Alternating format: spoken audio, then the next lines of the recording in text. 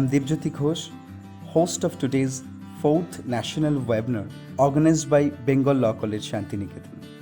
First, I'd like to welcome all the participants, those who have joined throughout India to witness this valuable webinar on the topic Virtual Courts and its challenges in justice delivery system in India.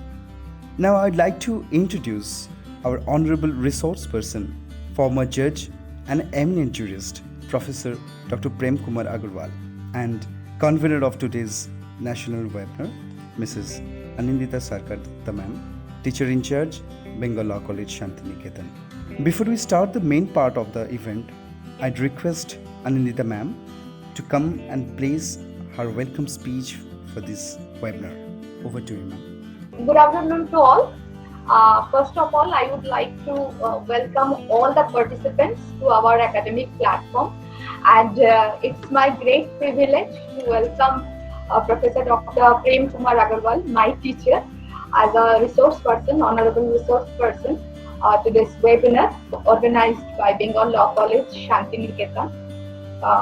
Sir doesn't want any introduction, and I don't dare to give that either. And I just want to share a few words. If we are talking about digital India, then in that case also, virtual courts rather than physical ones are going to be the integral part of it. Nowadays, the bar and benches many a times facing, dealing and coping with this system to some extent.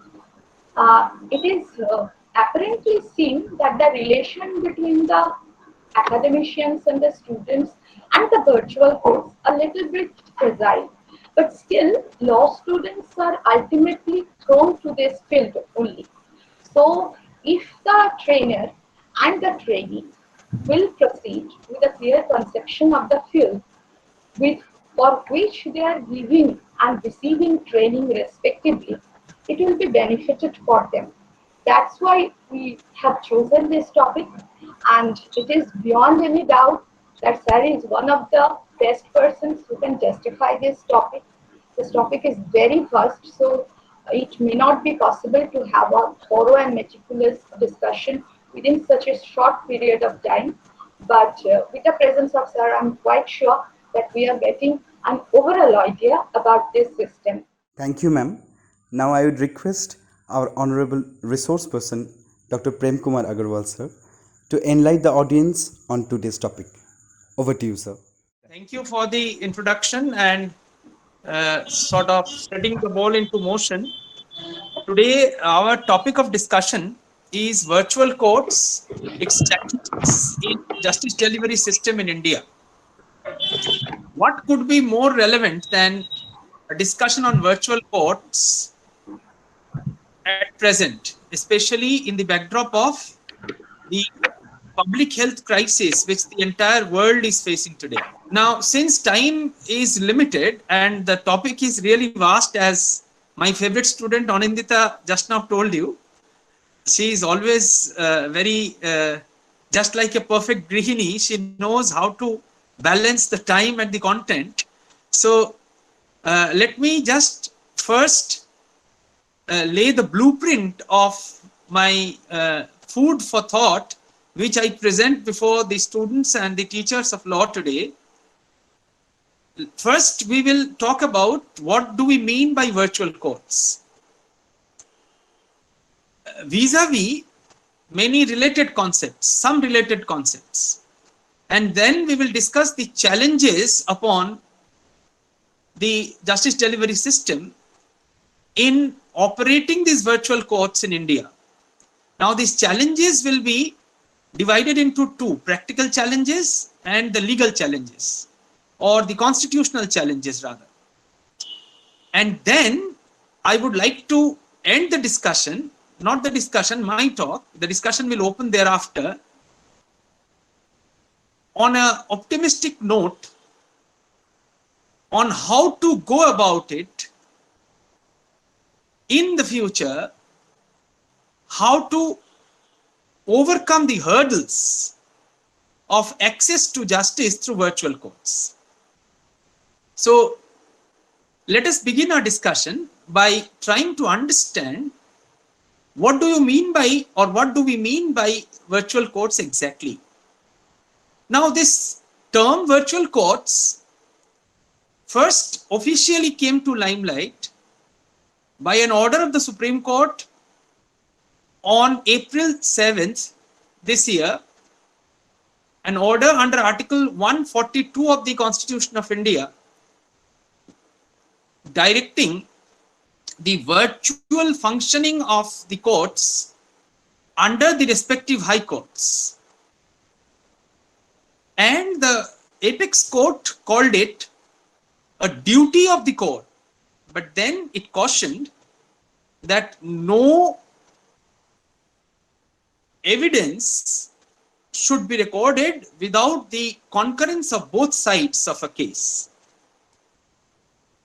Now, so virtual courts, in fact, got the authenticity or the authority of the apex court by this order. Now, people are sort of mixing up virtual courts with the live streaming or the streaming or live streaming of the court sessions as decided by the apex court in Swapnil Tripathi versus Union of India. Virtual courts and the live streaming of court proceedings are a little different. In live streaming of physical court proceedings, the court proceedings are going on in the court, and we have a live telecast of that in the media. Whereas a virtual court exists somehow like in the cyberspace. The court is in a particular, the judge is in a particular place, the lawyer is in his chamber, the witness is in his place, and all are connected by the cyberspace, the video links. Now, but then there are certain aspects of live streaming also. The effect of live streaming and virtual courts are common, and we will discuss in details regarding that.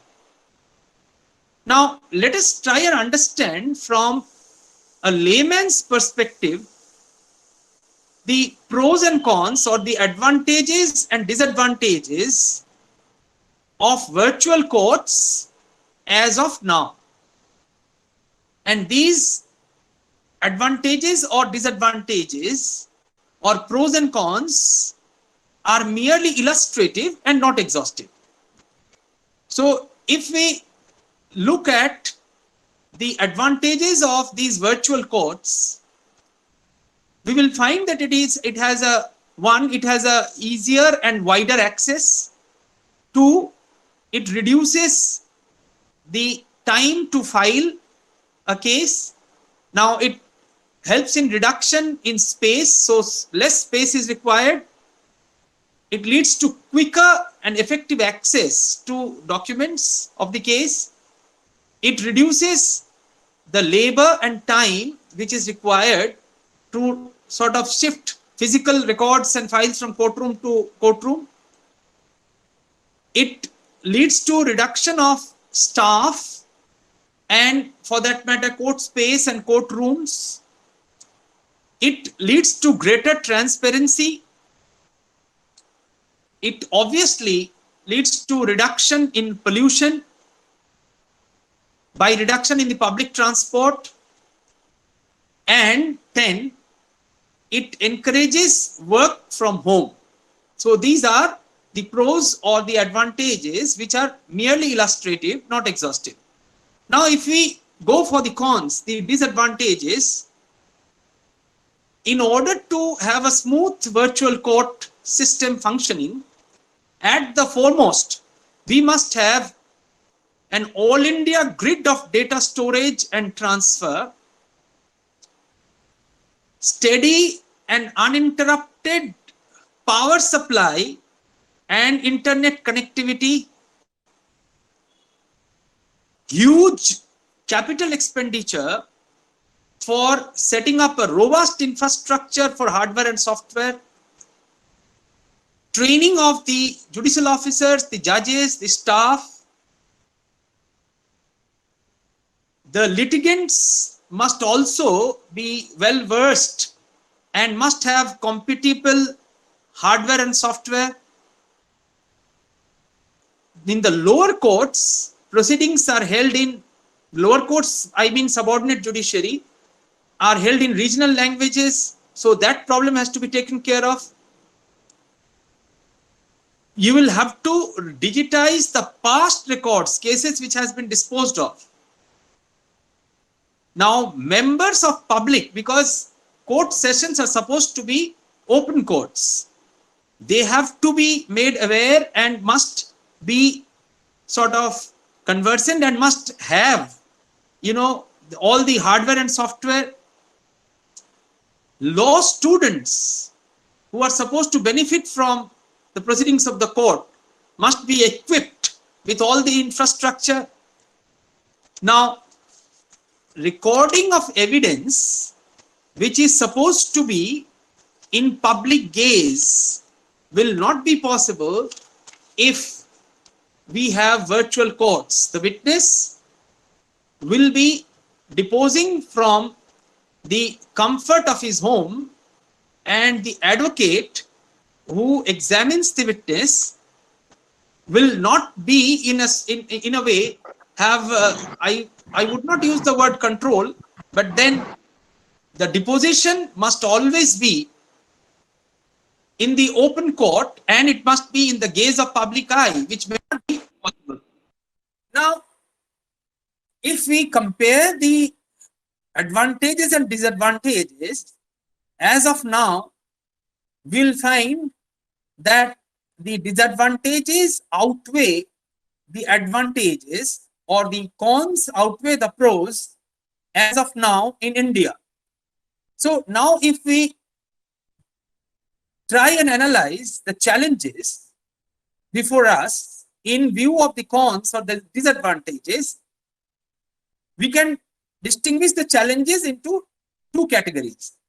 One is the practical or infrastructural challenges, and the other is the legal challenge or the legal challenges or the constitutional challenges, which would be more of relevance to law students.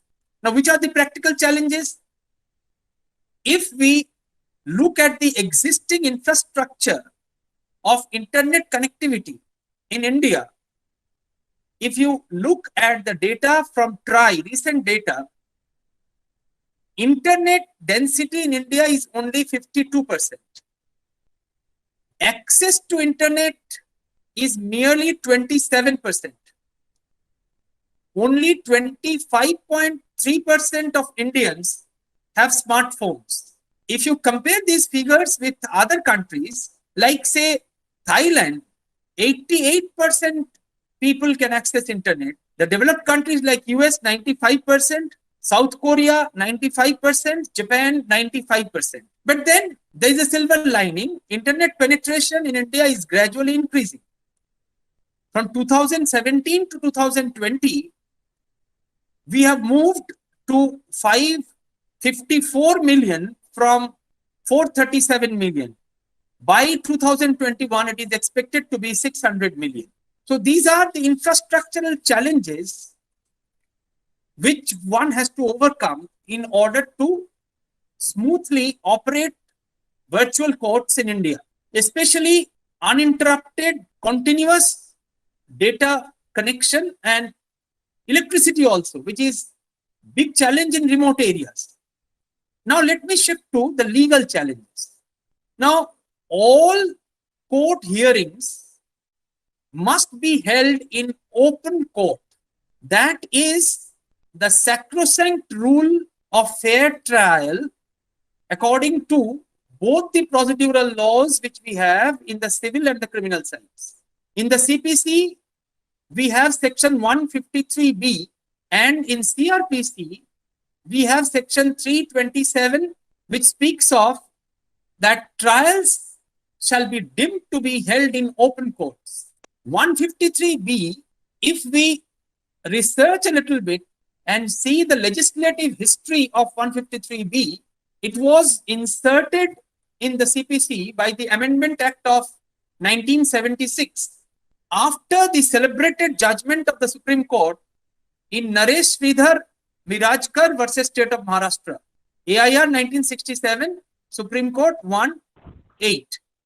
Now, in this case, the Supreme Court quoted a particular observation laid down in the celebrated case of Scott versus Scott in the words of Bentham, where, I quote, it was observed, in the darkness of secrecy, only in proportion as publicity has place can any of the checks applicable to judicial injustice operate. Where there is no publicity, there is no justice. Publicity is the very soul of justice. It is the keenest spur to exertion and surest of all guards against improbity. It keeps the judge himself while trying under trial, in the sense that the security of securities is publicity. So the judge is also under trial while trying if the trial is a public trial. So the security of securities is publicity. Hence the jurisprudence of open trial. Now, the same is the spirit of Section 327. Both Section 327 CRPC and 153 CPC are deeming provisions. What is the meaning of deeming provisions? Meaning thereby that wherever a trial is held, it shall be deemed to be an open court. Now, what do we mean by this term open court? Open court means, if it is deemed to be an open court, it means any member of the public, if he so desires, may join the trial and may access the proceedings of the court. In a physical court, if it is not an in-camera trial, for that there are exceptions, any member of the public can procure a bus ticket or a train ticket and travel to the court and may observe the proceedings of the court. But then, if it is a virtual court, in order to access the proceedings of the court, any member of the public, he needs internet, he needs the gadgets, the devices, the smartphone, the laptops, the hardwares, the softwares. And just now we discussed the constraints in India of the infrastructure available to the public at large in the light of the meager internet connectivity, and that too often disruptive. Will it fulfill the requirement of a place of trial being an open court? That is a big question mark. Now, in the backdrop of that, we'll have to see and examine that whether a general member of the public, whenever he wishes, he can switch it on and join a trial in a court, be a civil court or a criminal court. So this is some food for thought which I intended to share. So do we comply with the provisions of 153B CPC and 327 CRPC in civil and criminal trial respectively in the present state of affairs of the infrastructure available of IT, information technology or technology vis-a-vis the judiciary? Now, there is another very important aspect which takes me again to the initial stage of my introduction of the subject, when I tried to distinguish between live streaming of the court proceedings and the virtual courts. The common aspect of the both being that the proceedings of the court, be it live streaming of the courts, be it virtual courts as such, are that they will be accessible by the social media or by the media at large. Now, accessibility of court proceedings may bring the courts to center of controversy, and it may sort of add to the already existing problem of media trial. There will be comments in the social media and in the mainstream media regarding the observations of the court, the depositions of the witnesses, the arguments put forward by the lawyers, and that would again create a lot of problem. So one thing has to be kept in mind, that in the court proceedings, courts hitherto have been kept beyond controversy. And that's why we know we have provisions, very stringent provisions of contempt of court in every legal system. Should the court proceedings be descended to the arena of controversy, these are questions which have to be looked into and proper consideration have to be given to, and proper legislations have to be in place before we go all out for virtual courts. Now, we can learn from experience of televised trials or trials where media was given uninterrupted access. I can cite two examples which teach us or which help us understand what could be the adverse effect of televised trial or media giving too much access to trials in the court of law. One being the O.J. Simpson's case in USA, where it was an example of a televised criminal trial for murder. And it was so much televised, it was so much access was given to the criminal trial in the trial court that it became or came into the center of controversy.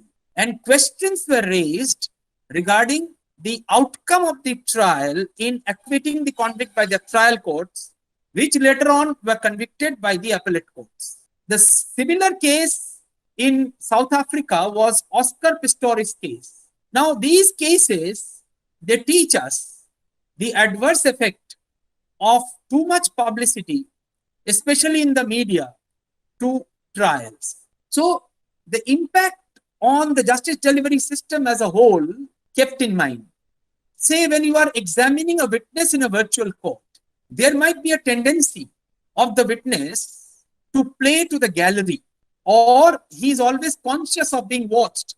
There may be adverse effect when an advocate is always conscious that he is being watched. Even the judicial officer or the judge, when he is conscious that he is always being watched and monitored while doing his work smoothly.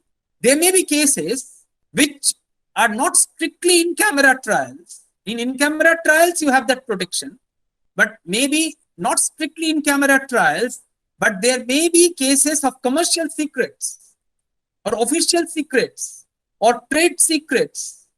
Now, too much openness in terms of trial of these cases may be problematic. So, these are certain thoughts which came to my mind while thinking upon the plausibility or practicability of virtual courts as such.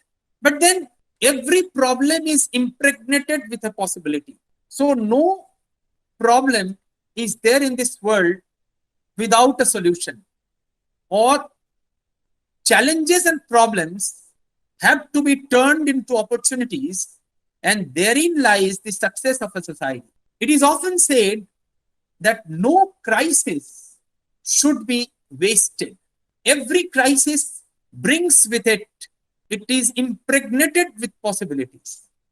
So COVID, the public health crisis, has sharpened the discussion on virtual courts, and let us see if we can try and turn the challenges into opportunities. As I told you, towards the fag end, I would try to be a little optimistic and try and assess, as of now, how much have we progressed in intertwining technology with the judicial process.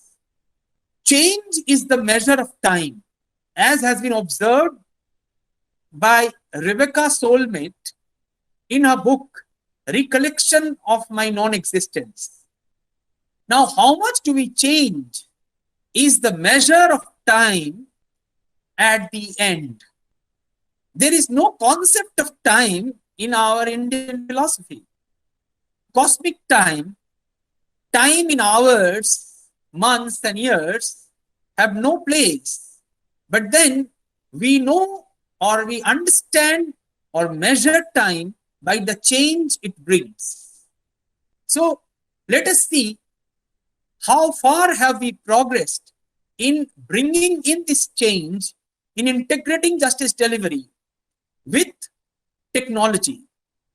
We have an e-committee in the Supreme Court chaired by the pragmatic, dynamic, Honorable Justice D.Y. Chandrachud. Now, the e-committee is functioning in a very, very effective manner. And let us see up to what extent are we equipped to handle in future, if not at present, these establishment and smooth functioning of the virtual courts or the video conferencing, e-filing, digitization, and all this in the future. This e-committee chaired by Honorable Justice Chandrachud lays down 3 elements of technology and justice delivery. Technology is to enhance access to justice. Technology is an intrinsic element of the rule of law. Justicing is not merely a sovereign function, but is a service. In his own words, I am quoting Justice D.Y. Chandrachud, that justice delivery or justicing should not be looked upon as only a sovereign function, but as a service. But technology should enable inclusion and not exclusion. As we were looking at the data given by the TRI, not even 1/4 of the Indian population have the gadgets to access to technology to participate in virtual courts. Therefore, technology may result in exclusion of people from justice delivery or access to justice. But that should not be so. The digital divide that has to be bridged, and how that can be done. How far have we come in integrating technology with justice delivery, as divulged by the e-committee under the dynamic chairmanship or chair of Justice D.Y. Chandrachud. We have this, what is known as National Judicial Data Grid, which is NJDG. Now, NJDG, as divulged by Justice Chandrachud, has a plethora of data already in its kitty, and which lays down that as of now, 32.45 million cases are pending, of which 23.3 million are criminal cases and 9.05 million are civil cases. We were talking about the cons in the earlier part of my discussion, that there must be a national platform, that is the data platform. So this is the NJDG, the National Judicial Data Grid. Now, in this National Judicial Data Grid, we also find the pendency of cases by years. Like, for example, cases which are 1 year old are 32%, 1 to 3 years old, say 28%. Like this, we have a lot of data on the basis of pendency according to the number of years. We have data on the basis of pendency on the ground of, say, some other factor, or we have data on why the delay in justice delivery, say 60% of the delay in disposing of cases is caused by non-service of summons. So like this, we have plenty of data available in NJDG. Now, all these datas, they can be sort of used by, or how can we make use of these datas to use the modern technology in the form of artificial intelligence and algorithms, so that we can speed up the process of justice delivery. But then this challenge of integrating this justice delivery with technology is a mammoth challenge, a big challenge.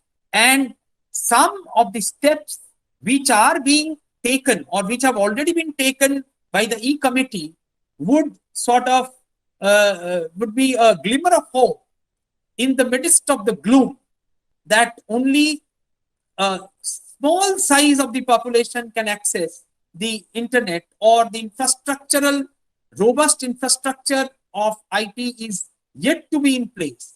But then this committee under the leadership of Justice Chandrachud have appointed a subcommittee to put in place the rules relating to the video conferencing, the model rules relating to video conferencing.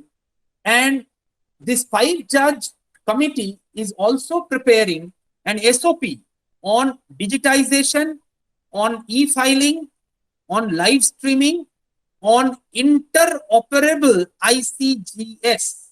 What is ICGS? Interoperable Criminal Justice System.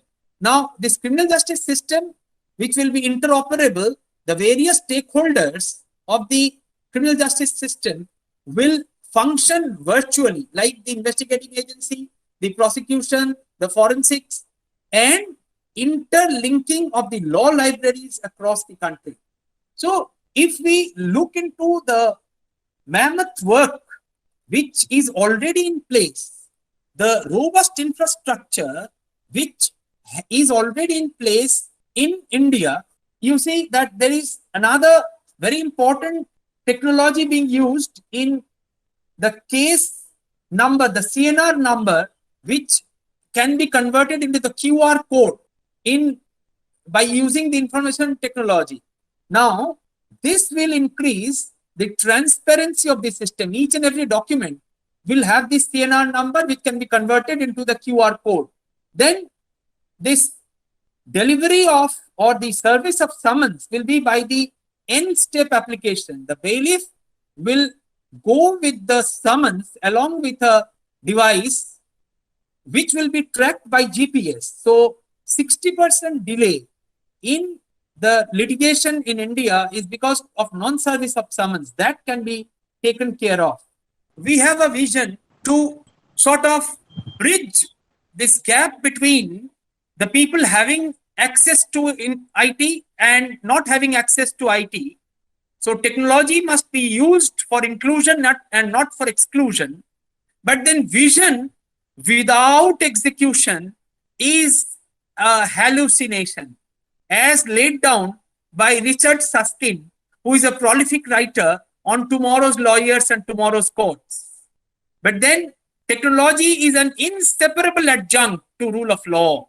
And since courts are the sentinels of the rights of the people, in crises like this, more so in public health crisis like this, the government functions increase and the discretion bestowed on the executive is robustly felt by the people. And in the process, the rights are violated.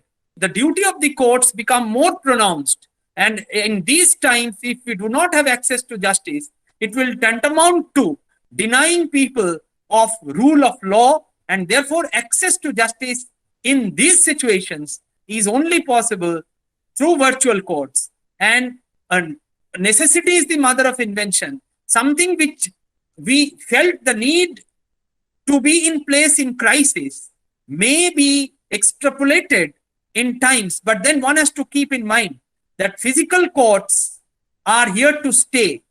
Virtual courts can never be a substitute to the physical courts. In order to sort of have smooth functioning of the virtual courts and use of technology, there must be confidence building in the amongst the various stakeholders of the justice delivery: the bar, the bench, the litigants, the civil society. And I would like to end with a very nice acronym by Justice D.Y. Chandrachud himself in the form of TEST, T-E-S-T. So we must be open to dialogues. We must be open to interaction amongst the various stakeholders of justice delivery. In TEST, T-E-S-T, T stands for trust, E stands for empathy, S stands for sustainability, and T stands for transparency. So our goal should be this test, while progressing upon the establishment of virtual courts, which are an inevitable device in order to sort of function for the millions of litigants of this country. Now, I have a thought. See, just think of the manual railway reservation system about 20-25 years ago, and now the computerized reservation system. So it is inevitable. Technology is inevitable. But how prudent are we going to make use of it? By keeping intact the fairness of procedure and access to justice to all. Technology should not be allowed to divide but unite the various litigants and the people of this country. We must have access to justice in order to have in place rule of law, which is a basic feature of the Constitution of India. Thank you.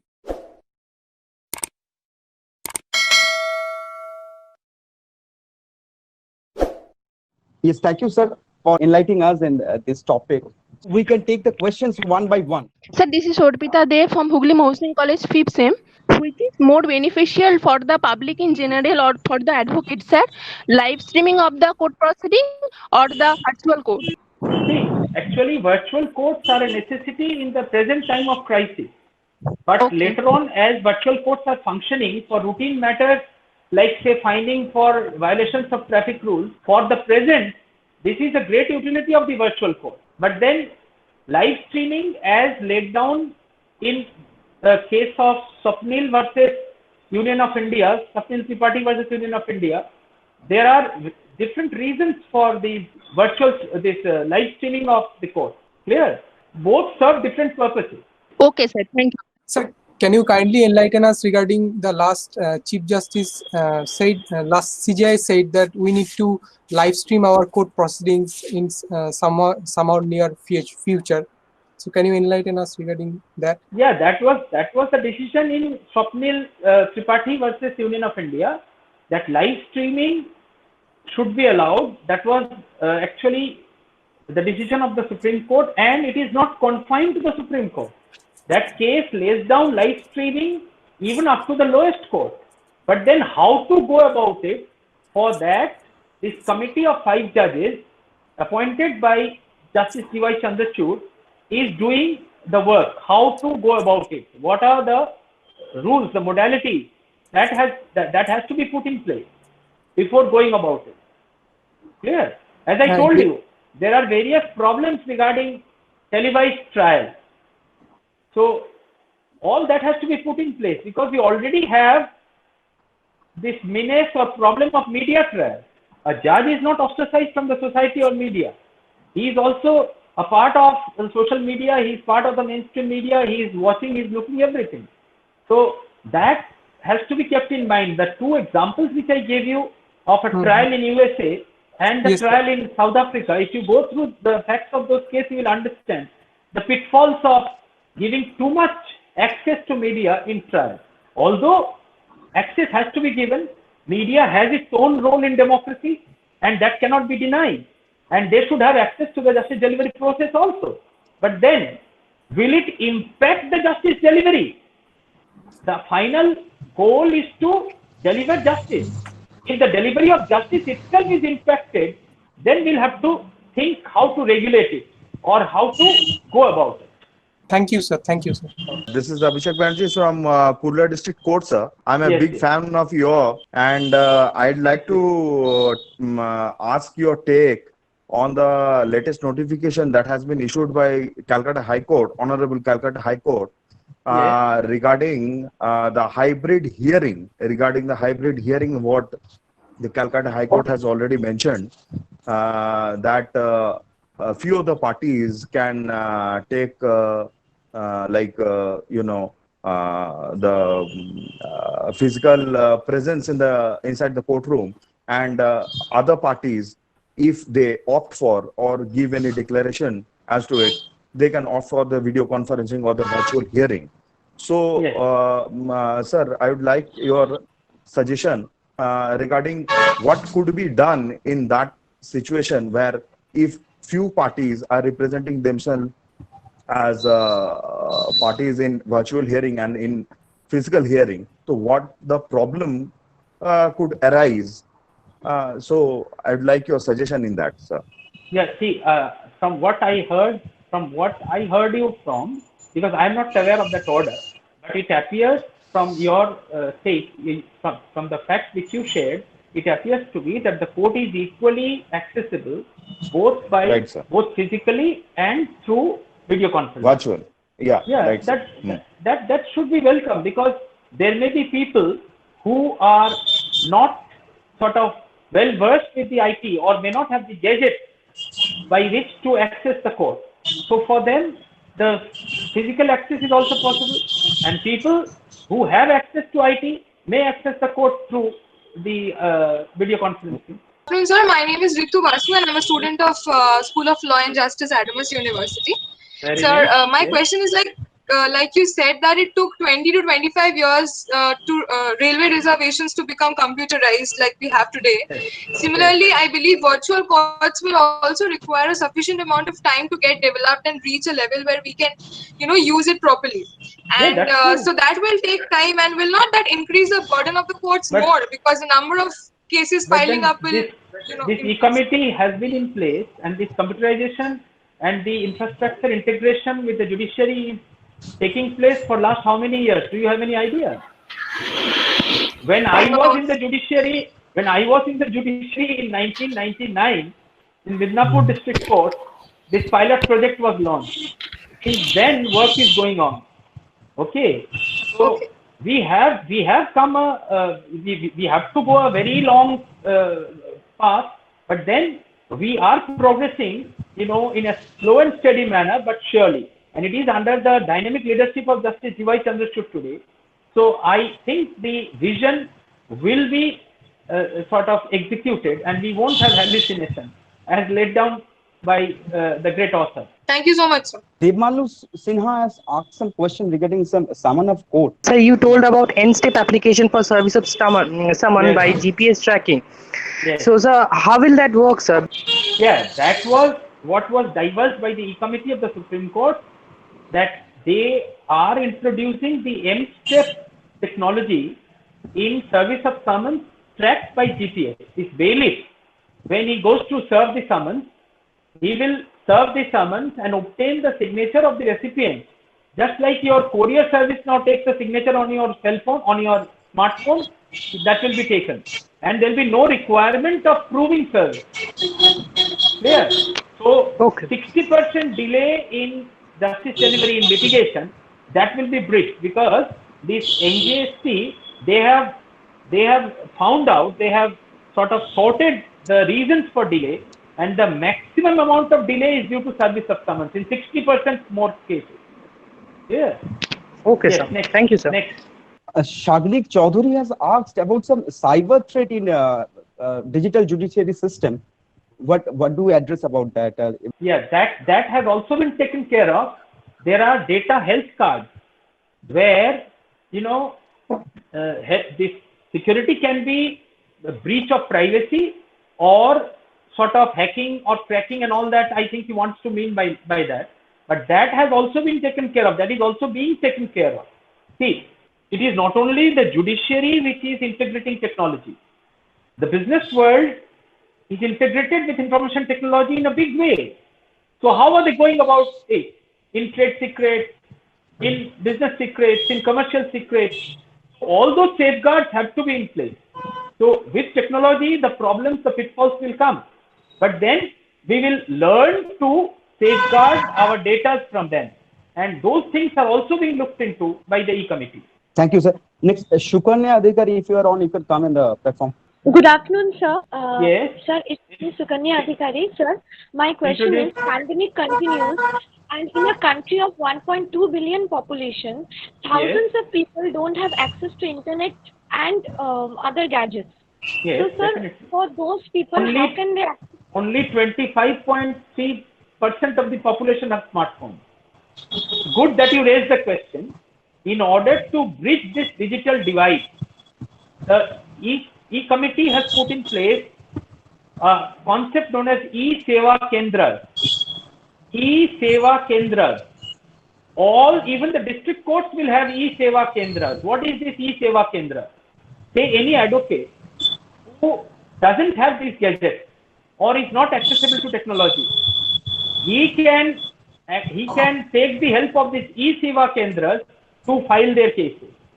So e-Seva Kendras are being installed in all courts, and these e-Seva Kendras will help those who do not have these gadgets or this technology. Okay, they will take the help from the e-Seva Kendra. Thank you so much, sir. Advocate Mr. Bornomay Boshak. Yeah, good afternoon, sir. Can you hear me? Yeah, good afternoon, Bornomay. Sir, the e-court system, that the application, that e-court, yes, is not working properly. Yes. In some cases where I am advocate on record, the case is filed, the case is recorded when it was filed, and since 1 year I am moving that case in the court, but none of the orders is uploaded in that in the website. None of the orders. Yeah, maybe. Yeah, that is a problem of Bengal as of now, because we have not yet been successful in, digitizing all the records. We have not yet progressed that far. But the paperless courts, which are already functioning in Delhi or in Ahmedabad, this problem is no more there. So we will achieve that status. It will take some time. We hope for better times under the dynamic leadership of Honorable Justice D.Y. Chandrachud. Richa Khanna, you can come and ask a question. Good afternoon, sir. Good afternoon. Sir, my question is, to what extent will the virtual courts replace the existing setup, given the current situation? Because as the proceedings in the trial court, they require cross-examination of witnesses and production of the physical evidence. So how would that do in the virtual? So in my concluding remarks, I clearly mentioned that for the present, we can not even imagine substitution of the physical court by virtual court. We cannot even imagine. That will the backbone, the physical courts will be the backbone of the justice delivery system. But then, keeping in mind the mammoth volume of litigation in India, we cannot dispense with integration of information technology with judiciary. Now, how to go about it, keeping intact the fair procedure and transparency norms, is for us to evolve. And the E-Committee under the dynamic leadership of Justice D.Y. Chandrachud is doing a fantastic job. Now, see, many things when we dream of may seem sort of very difficult or impossible, but then gradually, just think of the railway reservation system. Ask your grandfather or grandmother, could they ever imagine that a return journey ticket could be sort of booked from the counter itself? I remember when I was very young, a school-going kid, the return journey ticket had to be booked by telegram. This station had to telegram that station and then take confirmation, and then cardboard tickets used to be handed out. So we have come a long way. So like that, everything has to be integrated. The first and foremost is the digital divide.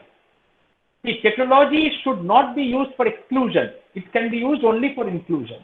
How to go about it in a welfare state according to the vision of the constitution maker, that has to be ensured.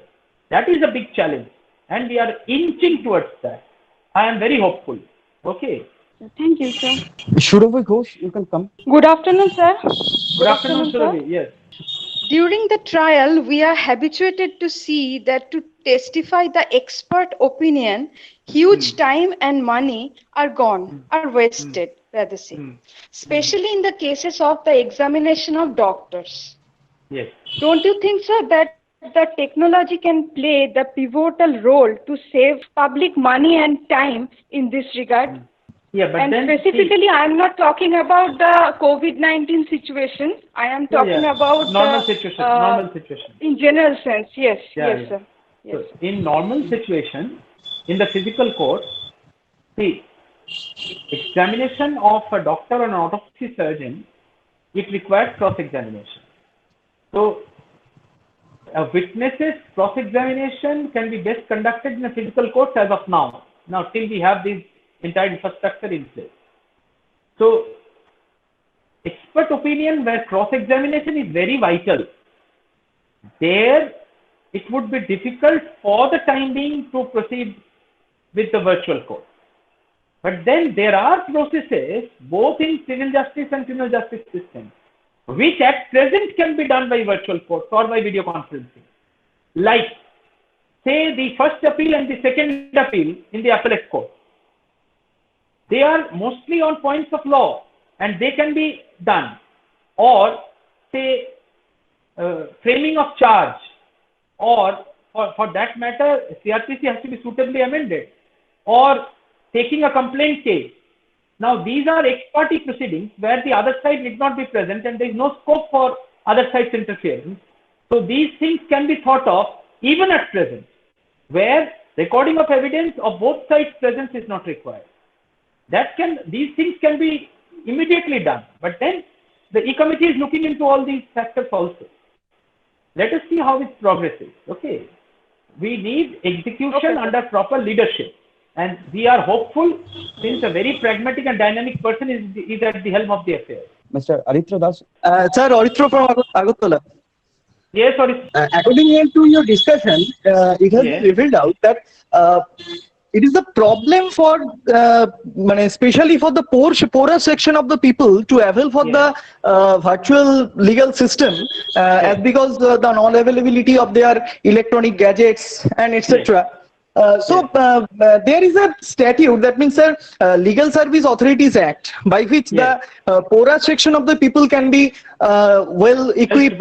They can participate in the judicial system. So is it possible for take the arrangement, make the necessary arrangement for the district legal service authorities or the state legal service authorities? Yeah, very good suggestion. See, DALSA, NALSA or SALSA, they can always coordinate. But in addition to these, we already have these E-Seva Kendras which are being set up in every court premise. E-Seva Kendras. These are actually designed to bridge this digital divide. This people not having access to technology and people having access to technology, there is a big digital divide. Now this will be bridged by this E-Seva Kendras. Even advocates who cannot afford smartphones can approach these E-Seva Kendras to file their case. Okay. And you are right, for litigants, they can approach the District Legal Services Authority and the District Legal Services Authority. District Legal Services Authority can coordinate for availing services of the E-Seva Kendra for these people also. Yeah, that is a good suggestion. Good. Thank you, sir. Thank you. So good that we have a judicial officer also in our discussion. Shubhankar Chakraborty, you can come and ask your question. Shubhankar Chakraborty. Thank you so much, Debojyoti, and sir, thank you so much for giving me the opportunity to speak on this. Now, sir, with all the major IT company servers which are based outside India, don't you think that the information could be compromised at some stage, like the advisory on Zoom that was issued by the Ministry of Home Affairs recently? Don't you think we should go ahead with a virtual court when we have an end-to-end indigenous solution? Your concerns are very much relevant, and that is also being looked into, because see, cyber security is a very, very important factor, and that is not confined only to judicial proceedings. The cyber security threat is also there for various secret information in the executive branch of the government also. So that is being taken care of, and how to go about it, what are the protective measures available. Indian software engineers, Indian IT professionals are the best, one of the best in the world, and something will come out of it. Necessity is the mother of invention. So let's be hopeful, isn't it? Now, judiciary is being integrated with IT. Hopefully you are having this apprehension. But we have various other confidential secrets which are IT compliant. There must be some cyber security measures for them, and therefore there will be cyber security measures for the judiciary data also. Sure. Thank you so much, sir. Yes, please. Sushmita Dhar, you just ask a question. Yeah, Sushmita. Yes, sir. I am a student. This is my introduction. Sushmita, Sushmita, you are my colleague also now. You are a teacher of law. Come on. So my question is that in this virtual court, when it is operating through COVID-19, don't you think that this will hamper the students' right to education? As I think I have an experience with you to visit HC. As with our teacher, we visited HC and seeing the practical operation of the court. And this time, student will have not getting this opportunity due to COVID-19, and they are not given such practical visit in their course also. Don't you think that will hamper the right to education? Yes. At the first glance, you may be right, but if you think a little deeper, every problem comes with an opportunity. This I feel. See, given the present sort of tilt of mind of the youngster students, they are more conversant and comfortable with technology than with physical learning. Given the amount of information explosion and often quality material available on the internet and in the YouTube, don't you think that virtual courts, if they are accessible to students, if they are made accessible, they will learn much more than by physical visits to court. While you observe a proceeding in the Supreme Court or High Court, physical proceedings, if you stand at the back of the room, you hardly can follow what is being said by the advocates and the judges. But if it is a virtual court, properly articulated, properly televised, students will have a greater opportunity to learn. But then in times of crisis like this, what to do? See, human life is more precious than anything else. So in public health crisis like this is the only way out. Thank you, sir. Pranam Neven. Astika Hajra. Good noon, sir. I am Astika. Sir, I have a question that has been partially answered by you. You said there is this E-Seva Kendra to aid for the timing all the people, advocate and the courts itself, so that people who are not techno-savvy can do with this virtual court and proceeding. But now we can see people, the more the days are going, we are all becoming more addicted to this virtual court. So let's say we can also assume that after certain time, this COVID, after this long session of COVID-19, we will much more prefer the virtual courts over the physical courts. And if this process is to be continued and to be stayed, then all the judges and the court officials need to be techno-savvy and they should be more equipped. Now the problem will lie with the person who are senior, that's the senior advocates and the judges. Carry on. So they will need some kind of aid in terms of training, sir. A lot of training is being imparted. If you are aware of the will that be favorable? If you are aware of these judicial academies in all over India, extensive training is being imparted to the judicial officers on technology, both in National Judicial Academy and in State Judicial Academy. Not only the judges, the court staff, the advocates, even the litigants should be aware of the nitty-gritties of IT, or else this IT integration with justice delivery will never be successful. And we are progressing towards that. Exactly, so thank you so much. Pooja Majumdar. Good afternoon, Pooja. Good afternoon, Pooja. Yes. Yes, sir. I am a student of yours and also a former student of Bengal Law College.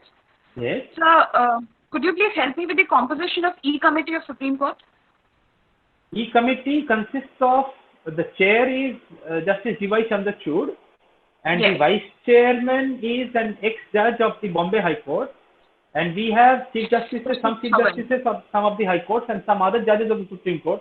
Exact constitution of the committee I cannot recollect at present, but it is under the dynamic leadership of Justice G.Y. Chandrachud. That is the most important thing about the committee, and he is completely abreast with the entire thing, and he is coordinating with all the nodal officers of the 633 districts, and they are going slow but steady.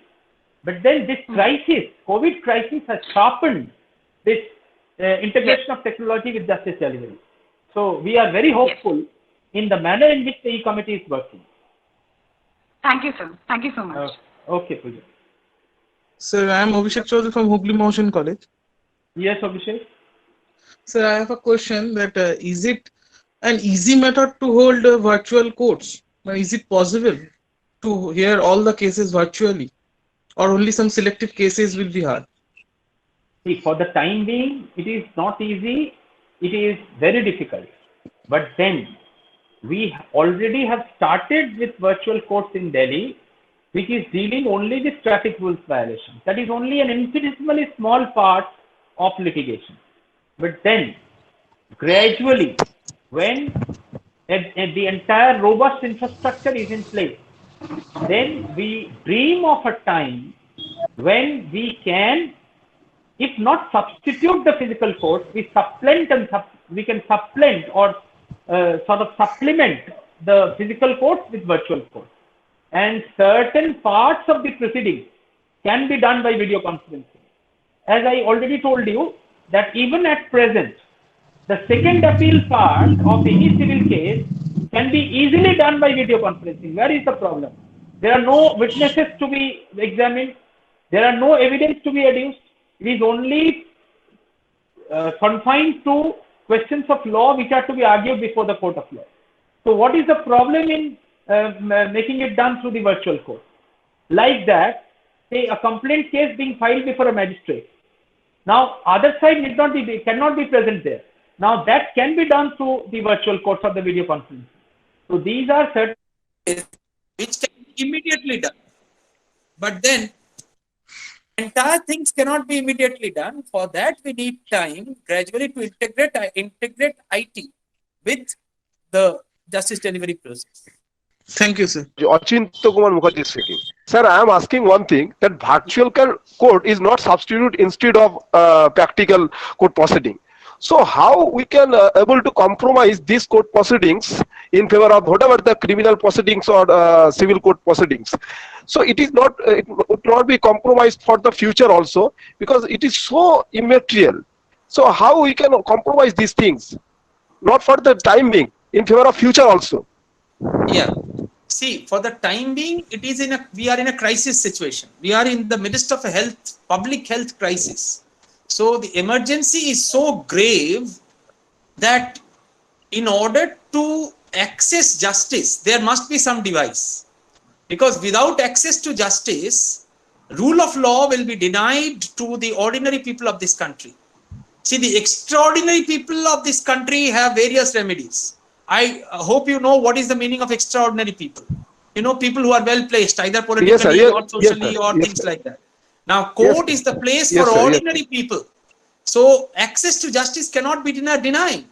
So, when in a midst of public health crisis like this, in an emergency, where people need access to courts, virtual courts or video conferencing is a means by which you can access the courts, and in the process, rule of law can be ensured in a republican democracy. That is the justification for the virtual courts in the present situation. Now in the future, how to integrate technology with justice delivery is a big challenge, which we discussed at length. Now, how to go about it? How much can we achieve in how much time? Only time can say. None of us are soothsayers or astrologers, but we all are hopeful, especially in the backdrop of the person who is shouldering the responsibility of the committee. Again, at the cost of reputation, Justice D.Y. Chandrachud, on whom we pin our hopes, because he is not only a very wise and knowledgeable judge, but also a very effective administrator and a very wise person on how to translate sort of vision into execution, not resulting into hallucination, in the language of that great author which I told you earlier. We are very much pleased to have you for taking this session so delightfully and so patiently, addressing all the questions. So we are very much grateful to have you in this webinar. So now I will address our TYC ma'am, who is the convener of the webinar, give the vote of thanks for the event. Presenting vote of thanks, I must share that you always tell us, your students, that teacher can only motivate the students, nothing else Yes. than that. Yes, And yes. today's session itself is motivational because it accelerates our inquisitiveness towards what is going to be as when we are going inch by inch towards virtual course. So thank you very much, sir, to become Same the here. It was a person. very joyful experience for me also to be able Thank to you. address young students and teachers and judicial Yes. officers. It was Yes. a very nice experience. It's only because of you we have so many participants throughout our country from all their professionals, academicians, scholars, and students. I must extend my gratitude to all of them and hopeful to organize such kind of sessions so that the interaction will go on. Otherwise, we don't have anything to spare in this crisis period. So, of course, COVID-19 has snatched so many things from us, but it has given us enormous hope for such interaction and has given the nature of time for detoxification. So we also carry on our detoxification by gathering such kind of knowledge. Thank Very you very good. much. Very good. Good initiative, Anindita. One final message to my young friends. Don't be bogged down by any depressive tendencies. Okay. Be open. Keep talking, sharing your difficulties with your friends. Okay. And this is the time for introspection, inward journey within you. You know, keep studying and discussing. If you have nobody to discuss, you can discuss it with me. Thank you. Thank you, Thank sir. you very Thank much. you. Thank you. Be in high Thank you. spirits. Thank you very much, sir. Thank you for Let joining me us, end sir. with a prayer. Sharve bhavantu shukhina. Sharve shantu niramaya. Sharve bhadrani pashyantu. Mahakaschit dukhavag bhave. Let us pray for the entire humanity. Thank you. Thank you so much, sir. Thank you very much, Thank you. participants. Thank Thanks you for very joining much. with us.